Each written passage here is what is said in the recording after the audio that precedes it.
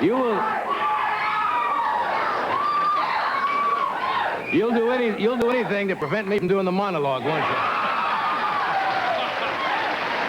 Yeah. That was very nice of you. Thank you. I'm Johnny Carson, your friendly philosopher with the thought for the day. You show me a man with a smile on his face, and I'll show you a man who's too old for the draft. You and I. Doc is off tonight. Filling in for Doc, as usual, is Mr. Electricity, Tommy Newsom.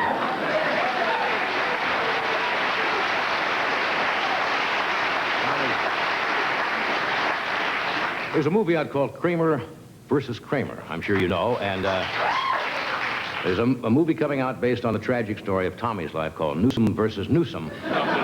It's about when Tommy's parents were divorced, and neither one wanted custody of him. But I like Tommy. He's a great musician, but a little quiet. Bland. Yeah, great musician. For example, Ray Charles is on the show tonight, the great Ray Charles, who's a... Yeah.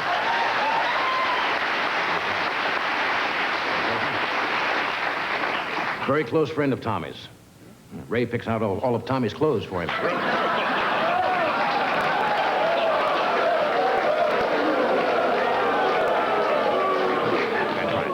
Well, let's go to the news. Let's go to the news and see if Henry Block has been able to get his bridge table open. That's his office. Put that out there. The latest countries to join the Olympic boycott of the Moscow Olympics are Japan and China today. Said they are not going.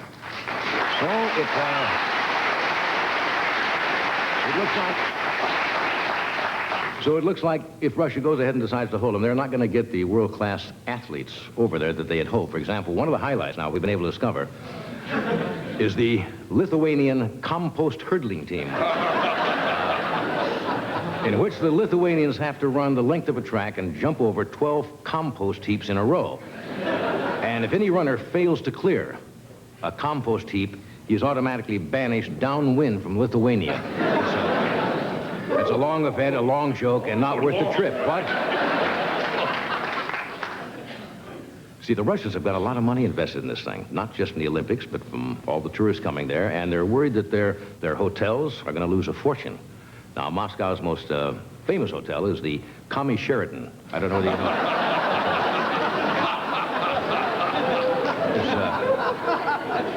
It's an unusual hotel. Instead of magic fingers in the beds, they got magic ears in the walls. Now, in order to kick off the Winter Olympics in Lake Placid, you know what they've done?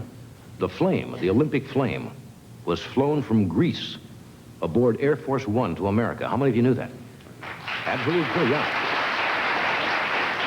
Now, that's typical brilliant Washington thinking. In the middle of an energy crisis, they spend 50,000 gallons of fuel to bring in a lighted torch. Was there a joke anywhere along the line there? Somewhere I should have taken a Slauson cutoff, and no, the guy that brought the torch back from Greece was not too smart. It cost a fortune, first of all, to send the plane there, then bring the torch all the way back on the plane, and as soon as the plane took off from Athens, a sign went on that says, "Extinguish all flames." And the guy blew it out. Richard Nixon, former President Nixon, came out today in favor of boycotting the games. And of course that means that Mr. Nixon will not be able to compete in his favorite event, which was the 1,500-meter heel and toe walking on water race. Look, every other one is not a bad average. Every other one?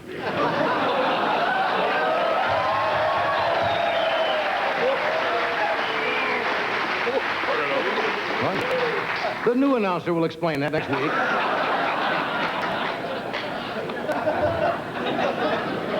But look, this whole world international crisis has led to a tragedy today on Rodeo Drive in Beverly Hills. A housewife there found out she could no longer buy Iranian or Russian caviar, and she threw herself in front of an oncoming Mercedes. It's really tragic what is happening up there. That's 5 in a row. Okay, let's try this one. Well, you know, we've boycotted Russia, you know. We've cut off, the president cut off. He's cut. Look, stay with me on this. You're gonna like this one. He has the grain embargo, the wheat embargo.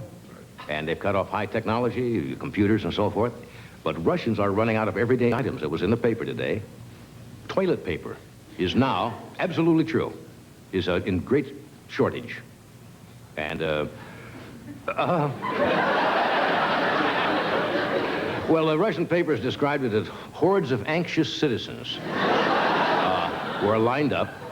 I don't know why they need toilet paper. They could use all the paperwork on détente that is not used anymore.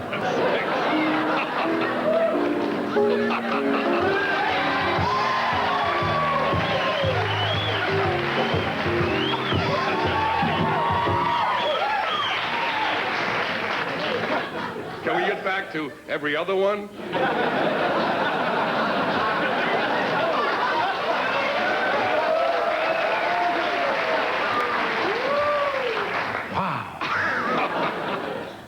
I'm not going to quit. I'm going right on. That's it. You know what is going up again? Why am I asking you?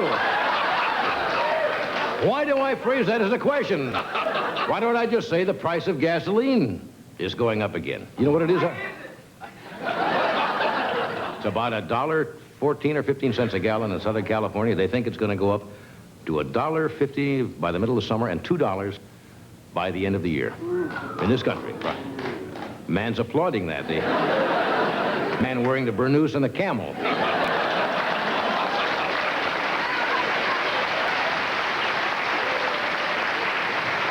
I went in to get gas today, and I could tell it was open. They had the green flag, had a skull and crossbones on it as I drove in. And I want to tell you, I stole that from Bob Hope, I want to tell you. But Bob said you can use all my segues tonight. So, but seriously, I want to tell you. How about that? Bob gave me that one also. He says, get in trouble, you say, how about that, or but seriously. But seriously, it is a weird feeling. You know, I don't like this myself.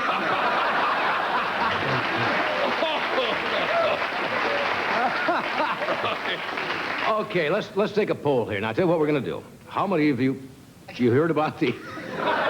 Of course you did. Maybe you didn't. Well, it's in the paper.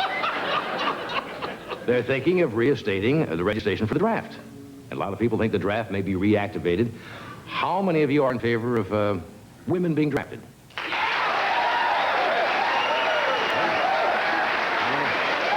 All right, how many of you would be willing to share a foxhole with a woman? Right? How many of you are glad you saw those Army training films?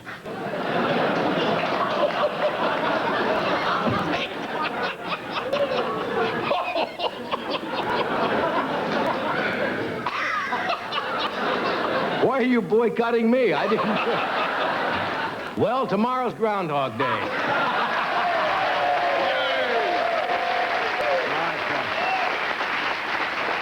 Tomorrow's Groundhog Day is going to be a little bit different. What happens tomorrow is that Jimmy Carter pokes his head out of the White House, and if he sees Ted Kennedy's shadow, he goes back until Election Day.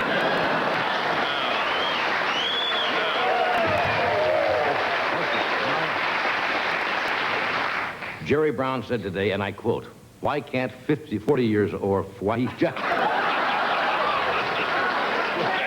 Wait a minute. Jerry is so flaky sometimes nobody knows what he says. Jerry Brown said, why can't 40 or 50-year-olds serve in the Army as well? And today he got a telegram from President Carter. It says, Dear Private Brown,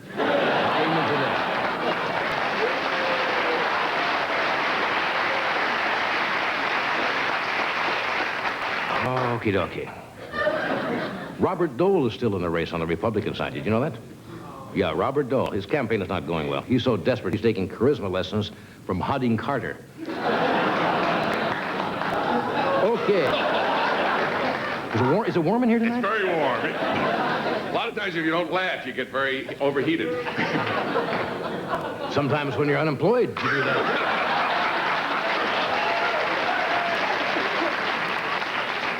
Okay, I've entertained you long enough here. Filling in for the rest of the show, tonight's guest host.